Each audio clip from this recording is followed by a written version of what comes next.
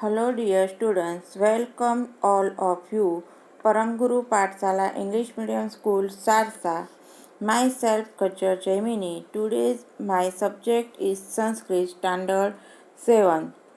Today I am going to learn you the introduction of Sanskrit and Vandana. Vandana means bowing. The lesson is in poetry form. Let's start introduction of the lesson. Introduction of Sanskrit. Sanskrit language is known as the language of gods Girvangira.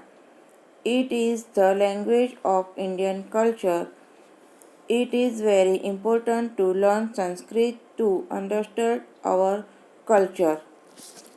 Sanskrit भाषा को देवों की भाषा गिरवनगिरा के रूप में जाना जाता है। यह भारतीय संस्कृति की भाषा है। हमारी संस्कृति को समझने के लिए संस्कृत सीखना बहुत महत्वपूर्ण है। Many Indian language like Gujarati, Hindi, Marathi, Tamil, Telugu, Kannada, Malayalam, etc.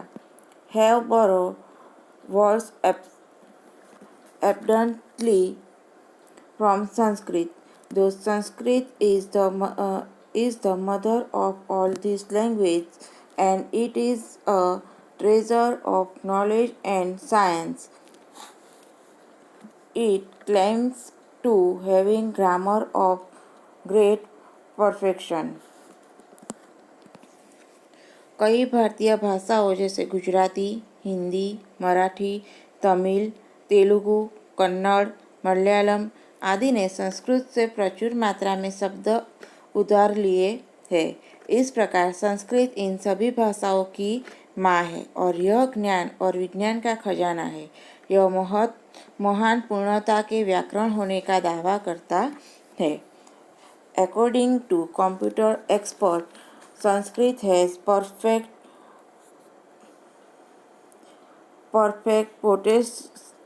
potential for computer software. Computer विशेषज्ञों के अनुसार संस्कृत में कंप्यूटर सॉफ्टवेयर की पूरी क्षमता है। Sanskrit has a colossal vocabulary our mother tongue as well as our national language Hindi can be enriched by learning Sanskrit. The intelligence of a learner of Sanskrit gets trained in such a way that he can easily have a smooth admittance into any subject. Sanskrit की एक विशाल शब्दावली है। हमारी मातृभाषा के साथ ही हमारी राष्ट्रीय भाषा हिंदी संस्कृत सीख कर समृद्ध हो सकती है। संस्कृत के एक शिक्षार्थी की बुद्धिमत्ता इस प्रकार प्रशिक्षित हो जाती है कि वह किसी भी विषय में आसानी से प्रवेश ले सकता है।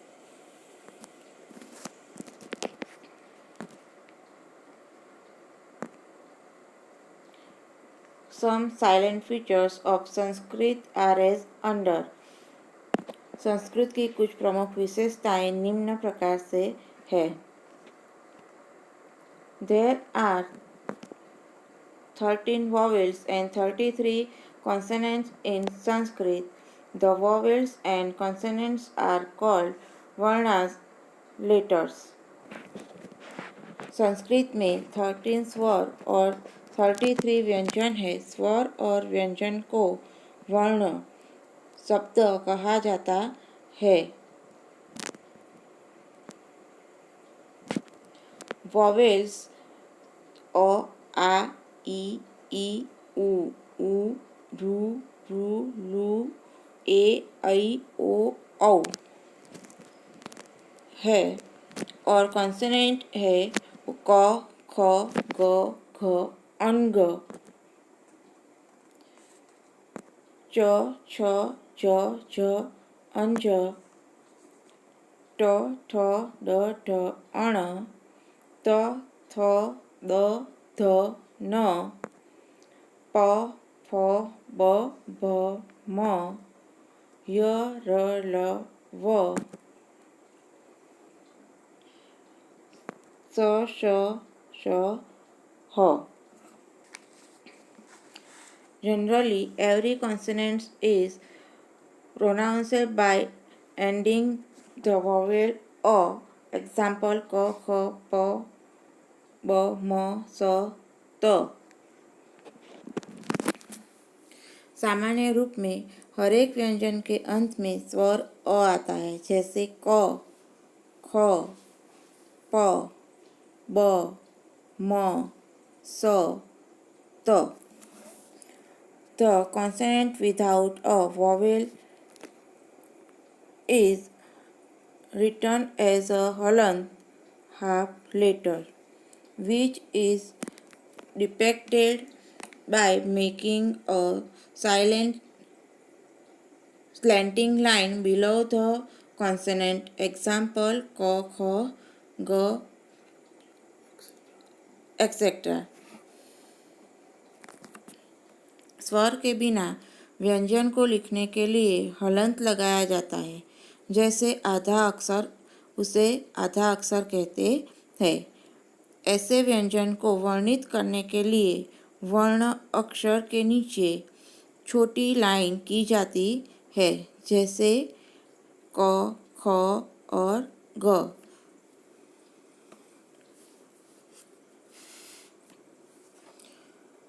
The script in which the vowels and consonants are written is called the Nagari and Devanagari script. Our national language, Hindi, is also written in this script.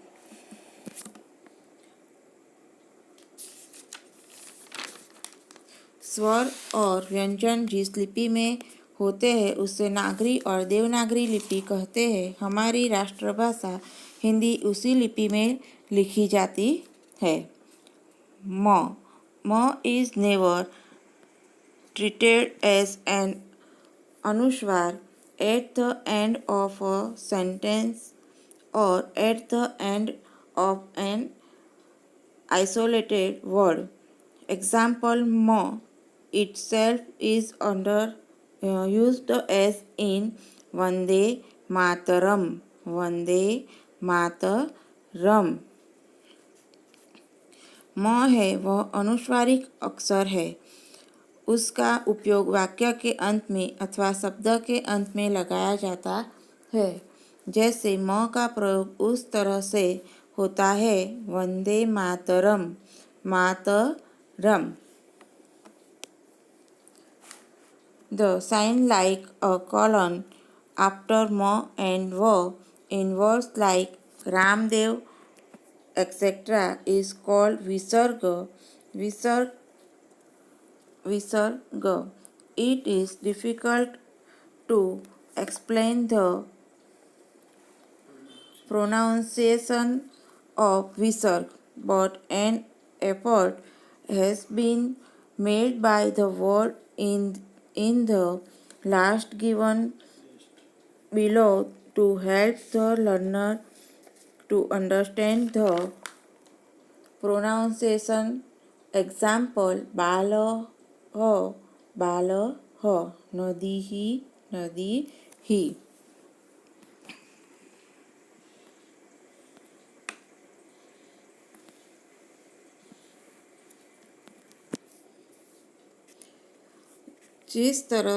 इस तरह की निशानी है वह म व जैसे शब्द के बाद अंत में लगाया जाता है।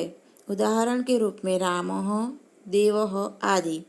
उसे विसर्ग कहते हैं। वैसे विसर्ग को शब्दों में समझाना थोड़ा कठिन है, परंतु उसे शब्द के साथ उपयोग करके समझाया जाए तो वह सहजता से समझ में आ सकता है। विसर्ग, बालः के बाद जो डॉट है उसे विसर्ग कहते हैं।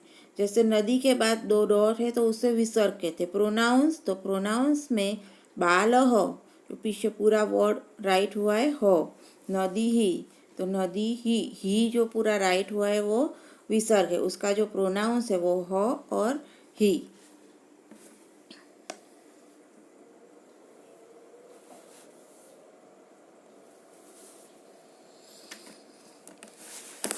Such a great rich Sanskrit language whose verses and mantras are the beginning of every work we do there. So today we start our Sanskrit study of Standard 7 with some verses of Sanskrit. हर एक कार्य की ऐसी महान समृद्ध संस्कृत भाषा जिसे श्लोक और मंत्रों के द्वारा ही हमारे हर एक कार्य की शुरुआत करते हैं, तो आज हम भी हमारे हर एक कार्य की शुरुआत करते हैं, तो आज हम भी हमारे 7वीं कक्षा की संस्कृत विषय की शुरुआत श्लोक के द्वारा करेंगे।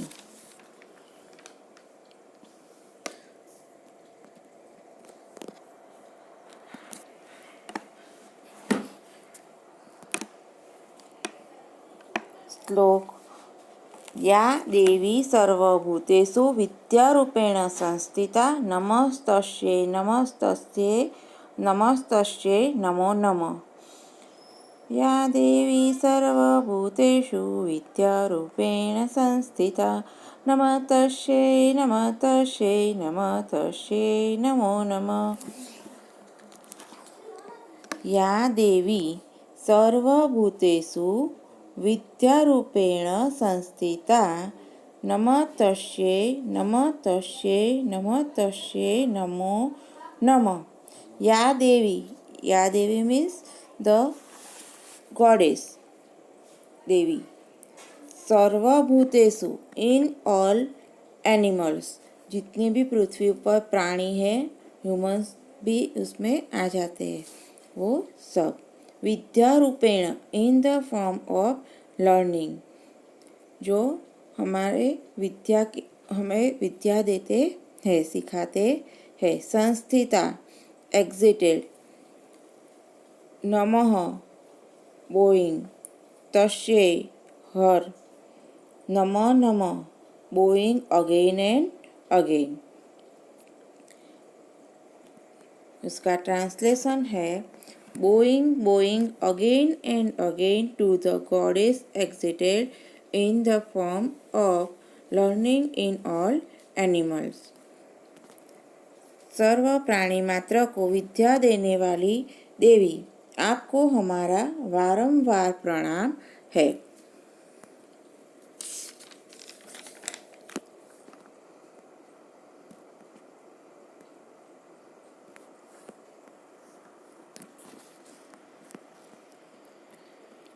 सेकेंड श्लोक। पठामि संस्कृतं नित्यं वदामि संस्कृतं सदा ध्यायामि संस्कृतं सम्यक् वन्दे संस्कृतमातरम्। पठामि संस्कृतं नित्यं वदामि संस्कृतं सदा ध्यायामि संस्कृतं सम्यक् वन्दे संस्कृतमातरम्। पठामि संस्कृतं नित्यं वदामि संस्कृतं सदा ध्यायामि संस्कृतं सम्यक् वन्दे संस्कृतमातरम्।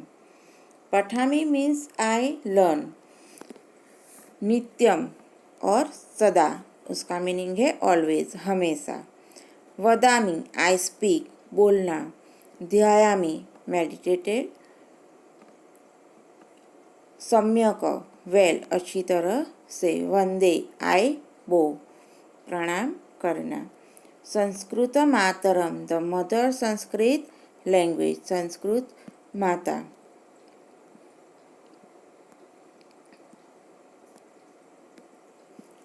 आई always read Sanskrit. I always speak Sanskrit. I meditated Sanskrit well. I go to the mother Sanskrit language. मैं हमेशा संस्कृत पढ़ता हूँ, मैं हमेशा संस्कृत बोलता हूँ। मैं संस्कृत का अच्छी तरह से ध्यान करता हूँ। मैं माँ संस्कृत भाषा को नमन करता हूँ।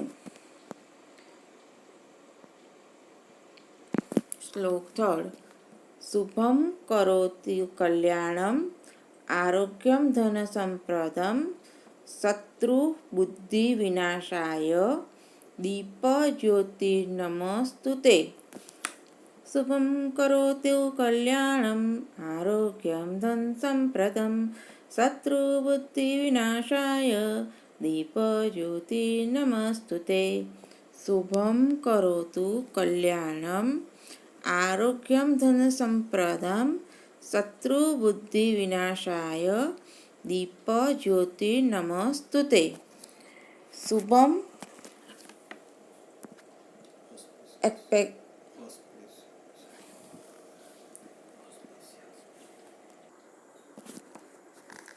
auspicious. Karotu means do. Kalyanam well wishing. Arogyam means health. Dhan sampradam wealth. बुद्धि शत्रु बुद्धि विनाशाय। यहाँ पर संधि हो रही है, 3 वर्ड है, शत्रु बुद्धि विनाशाय। For discussion of enemy evil thought. Deepa ज्योति, दीप और ज्योति। O luster of the lamp. नमोस्तुते, ते नमः अस्तु। Bowing to you. Translation. O luster of the lamp, do auspicious well-wishing, healthy and wealth, bowing to you for destruction of enemies' evil thoughts. ओ दीपक की चमक शुभ मंगल कामना स्वस्थ और धनवान करे, दुश्मनों के बुरे विचारों के विनाश के लिए आपको नमन करते हैं। हमारी शुभकामना करते हैं, स्वास्थ्य और हमें स्वस्थ रखे और धनवान करे। दुश्मनों को जो बुरे विचार हमारे लिए आते हैं वो विचारों का नाश करे और उसके लिए हम आपको नमन करते हैं।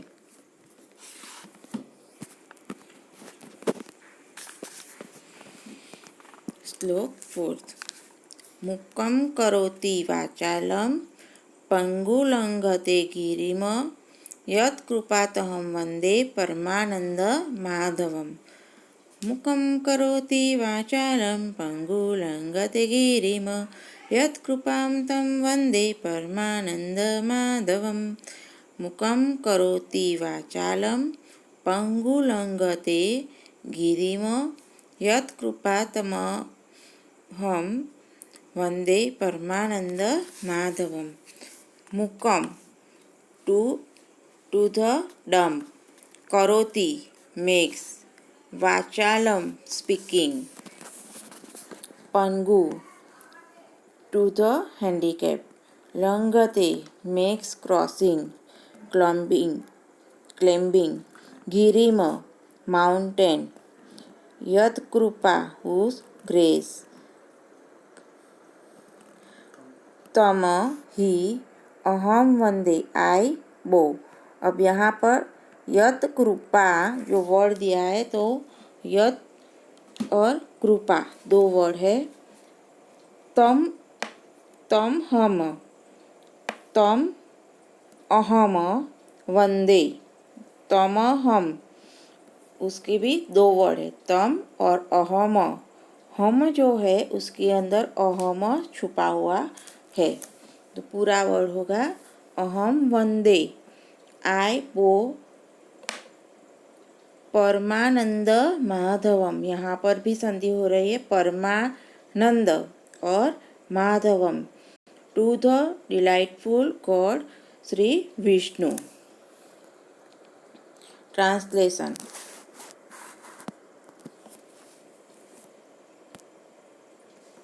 I bow to the delightful God Sri Vishnu, whose grace makes the dumb speaking and gives strength of climbing a mountain to the handicapped. मैं आनंदमय भगवान श्री विष्णु को नमन करता हूँ, जिनकी कृपा से गूंगा बोलता है और विकलांगों को एक पहाड़ पर चढ़ने की ताकत देता है, कि जो बोल नहीं सकता है वो बोलता है और जो चल नहीं सकता है वो पहाड़ पर भी चढ़ने की ताकत रखता है।